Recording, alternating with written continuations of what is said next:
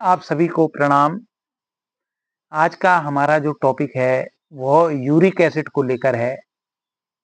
वर्तमान समय में आपने देखा होगा कि चाहे वे किसी भी उम्र के लोग हों, चाहे वे ओल्ड एज के लोग हों, उन पर तो यह समस्या हो ही जाती है।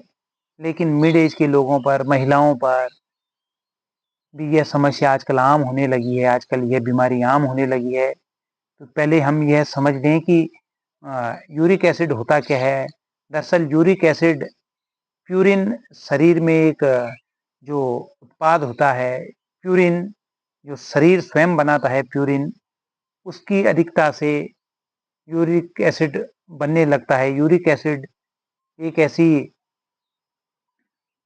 वेस्ट प्रोडक्ट है शरीर में जिसे किडनी बाहर निकालती है, प्यूरिफाई करती है, इसे छान कर बाहर निकालती है, फिल्टर करके बाहर निकालती है। और जब यह यूरिक एसिड शरीर में अत्यधिक मात्रा में बनने लगता है तो किडनी से पर्याप्त मात्रा में बाहर नहीं निकाल पाती है, जिस वजह से यह हमारे ब्लड में जमा होने लगता है।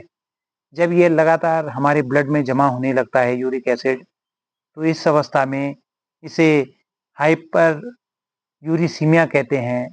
हाइपर यूरिसीमिया वह अवस्था हो जाती है जब हमारे ब्लड में यूरिक एसिड जमा होने लगता है, और जिस वजह से हमें जोड़ों पर दर्द, चलने फिरने में दर्द, या हमारी एड़ी में दर्द, हमारे हील में दर्द होने लगता है। तो वह अवस्था हमारी हाइपर यूरिसीमिया कहलाती है। तो आज हम बात कर रहे हैं यूरिक एसिड को लेकर।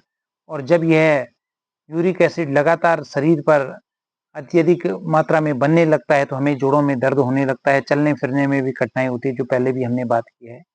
तो यह जो प्यूरिन नामक जो पदार्थ है, जो हमारे शरीर स्वतः जिसका निर्माण करता है, अगर हम कुछ इस तरह का भोजन भी कर लेते हैं जो प्यूरिन को बढ़ा देता है, तो वह इसके बढ़ाने का कारण होता है।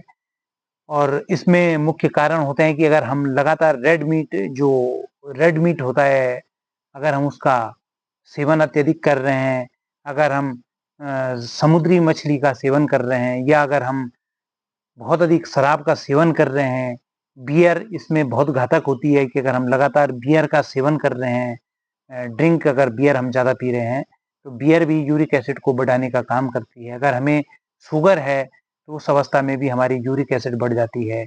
साथ ही अगर हमें मोटापा है, और अगर हमारी किडनियों की कार्य क्षमता, जो किडनी हमारी कार्य करते हैं, जो कार्य क्षमता अगर इसकी कम है, तो उस अवस्था में भी हमें यूरिक एसिड बढ़ जाता है। साथ ही अगर हमारे जोड़ों पर दर्द हो जाता है, तो वो अवस्था इसके लक्षणों में है कि जब हमारे जोड़ों पर दर्द होने लगता है, अगर हमें चलने फिरने में कठिनाई होने लगती है, साथ ही अगर हमें थकान होती है, कमजोरी होती है, तो यह हमारे शरीर में यूरिक एसिड बढ़ने के लक्षण होते हैं। तो आज हम बात कर रहे हैं कि किन योगासनों के द्वारा हम अपने यूरिक एसिड को कंट्रोल करें, नियंत्रण करें। इसके लिए अगर आप इस तरह से बैठ सकें गौमुख आसन की अवस्था में, तो यह भी हमारे किडनियों पर इफेक्ट करता है। हमें वह आसन करने हैं, हम वे सभी आसन करने हैं हमें जो हमारी किडनियों को, हमारे लीवर को मजबूत कर सकें। अगर हमारी किडनियां मजबूत होंगी तो यूरिक एसिड की जो समस्या है वह काफ़ी हद तक दूर होगी, क्योंकि किडनियों के मजबूत होने से जो यूरिक एसिड जो किडनी बाहर निकालती हैं, जिन्हें छान कर बाहर निकालती हैं, फिल्टर करके बाहर निकालती हैं, तो किडनी अगर हमारी स्वस्थ होंगी, अगर किडनियों की कार्य क्षमता ठीक होगी, तो हम आसानी से यूरिक एसिड जो बाहर निकल रहा है हमारे टॉयलेट के माध्यम से, वो आसानी से निकल पाएगा। हमें वे सारे आसन करने हैं जो हमारी किडनियों को इफेक्ट करें। उसके लिए हम इस प्रकार गौमुख आसन कर सकते हैं। तो गौमुख आसन में आप शांत भाव से बैठें, अपने बाएं पैर को मोड़कर दाहिने कूल्हे के नीचे लेके आएं, और बाएं पैर को ठीक दाहिने घुटने के ऊपर लेकर आएं और इस प्रकार से बैठें। तो यह भी आसन आपके किडनी को इफेक्ट करेगा, प्रभावित करेगा। तो यह गौमुख आसन का आप अवश्य अभ्यास करें और शांत बैठें। अब इस आसन के साथ साथ ही अगर आपको वज्रासन नहीं आता है तो वज्रासन भी आप अवश्य करें।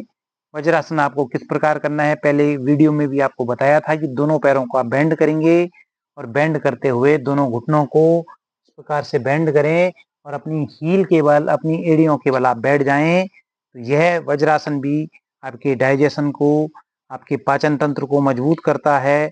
साथ ही आपका खाना खाने के पश्चात जब आप इसको करते हैं तो आपके जो पाचन शक्ति है, जिसके बारे में पहले भी बात की है कि आपकी पाचन शक्ति में यह सुधार करता है, जिससे कि आपकी किडनियों को भी इससे मदद मिलती है। तो खाना खाने के पश्चात आप वज्रासन अवश्य करें। वज्रासन में आपकी हील, आपकी जो एड़ियां हैं वो आपकी दोनों कूल्हों पर टच होंगी और शांत भाव से आप वज्रासन करेंगे। आप देख सकते हैं कि यह आसन भी आपको, अपने यूरिक एसिड अगर आपको बढ़ जाए तो वज्रासन भी आपको अवश्य करनी है। अगर आप इस प्रकार नहीं कर पाते हैं, ग्राउंड पे बैठ के नहीं कर पाते हैं, तो आप बेड में बैठकर अपने दोनों जो आपकी पिंडलिनियां हैं, जो आपकी काफ मसल्स हैं, इन पिंडलियों के बीच में कोई तकिया फंसा लें और इस प्रकार से आप उसमें बैठ जाएं। हो सकता है कि जब आप ग्राउंड में से करेंगे वज्रासन, आप अगर ग्राउंड पर करेंगे तो हो सकते हैं आपके घुटने थोड़ा ग्राउंड पर आपको कंफर्टेबल फील ना हो, आसानी से आप न बैठ पाएं, तो आप बेड पर भी बैठ के इस वज्रासन का अभ्यास कर सकते हैं। तो वज्रासन भी आपको यूरिक एसिड में बहुत फायदा देगा। तो वज्रासन का सेवन करें, गौमुख आसन का सेवन करें, अभ्यास करें। सेवन करने का मतलब है कि आप इन आसनों का अभ्यास करें। साथ ही अगला जो आसन आता है अर्ध मस्तेंद्र आसन, जो कि आपके पेनक्रियास पर भी इफेक्ट डालता है। आपके जो अग्नाशय है, जिससे इंसुलिन नामक हार्मोन्स बनता है, वह भी इससे इफेक्ट होता है। आपकी किडनी पर भी से इफेक्ट आता है, प्रभाव पड़ता है। तो अपने बाएं घुटने को बेंड करके दाहिने कूल्हे के नीचे लेके आए और दाहिने पैर को बेंड करके अपने बाएं घुटने के पास लेकर आए, इस प्रकार रखें और अपने बाएं हाथ को स्ट्रेट ऊपर लेके जाएं और बाएं हाथ से अपने दाहिने पैर को पकड़ने का प्रयास करें और इस प्रकार पूरा ट्विस्ट करें। तो यह ट्विस्ट आपको अवश्य करना है। अर्ध मस्तेंद्र आसन का आपको अभ्यास करना है। इस आसन के माध्यम से भी आप अपने पेनक्रियाज, आप अपनी किडनी और आप अपने लंग्स को प्रभावित कर सकते हैं, उनकी कार्य क्षमता को आप बढ़ा सकते हैं। तो यह आसन भी आपको अपने यूरिक एसिड अगर आपका बढ़ा हुआ है तो उस अवस्था में आपको यह अर्ध मस्तेंद्र आसन का अभ्यास भी अवश्य करना है। फिर आप दाहिने पैर को बेंड करके अपने बाएं कूल्हे के नीचे लेके आए और फिर बाएं पैर को बेंड करके अपने दाहिने घुटने के पास लेकर आए। इस प्रकार से आप करेंगे और अपने आप दाहिने हाथ को स्ट्रेट ऊपर करें और फिर दाहिने हाथ से अपने बाएं पैर को पकड़ने का प्रयास करें और इस प्रकार से आप पूरा ट्विस्ट करें।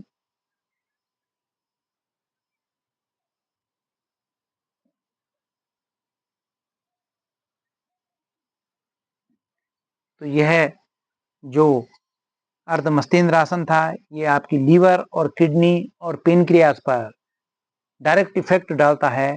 तो इन 3 आसन आपको जो बताए हैं, ये 3 आसनों के माध्यम से भी आप अपनी यूरिक एसिड को कंट्रोल कर सकते हैं, नियंत्रण कर सकते हैं। साथ ही अब आपको मंडूक आसन का भी इसमें अभ्यास अवश्य करना है। मंडूक आसन आपको वज्रासन में बैठ के करना होता है।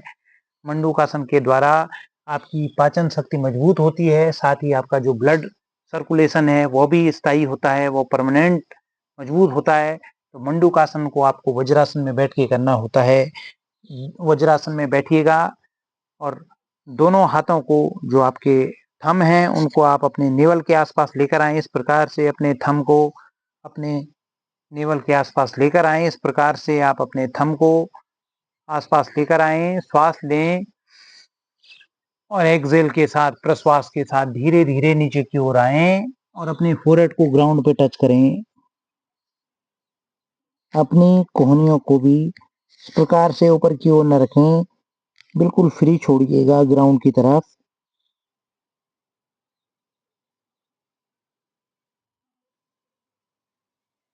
तो यह मंडूक आसन भी आपकी किडनी पर इफेक्ट डालेगा, आपकी पेनक्रियास पर इफेक्ट डालेगा। यह जो अर्ध मस्तेंद्र आसन और यह जो मंडूक आसन थे, यह आपकी किडनी को साथ साथ, किडनी के साथ साथ आपके पेनक्रियास पर भी, आपके अग्नाशय पर भी डायरेक्ट इफेक्ट डालते हैं। तो ध्यान रखिएगा कि अगर यूरिक एसिड आपका बढ़ा हुआ है तो आपको मंडूकासन के साथ साथ आपको अर्धमस्तेंद्र आसन का भी अवश्य अभ्यास करना है। साथ ही आप अगर पवन मुक्त आसन समझते हैं कि पवन मुक्त आसन क्या होता है, तो पवन मुक्त आसन का भी आपको अभ्यास करना होता है। पवन मुक्त आसन के लिए आप अपने धीरे धीरे कमर के बल लेटें।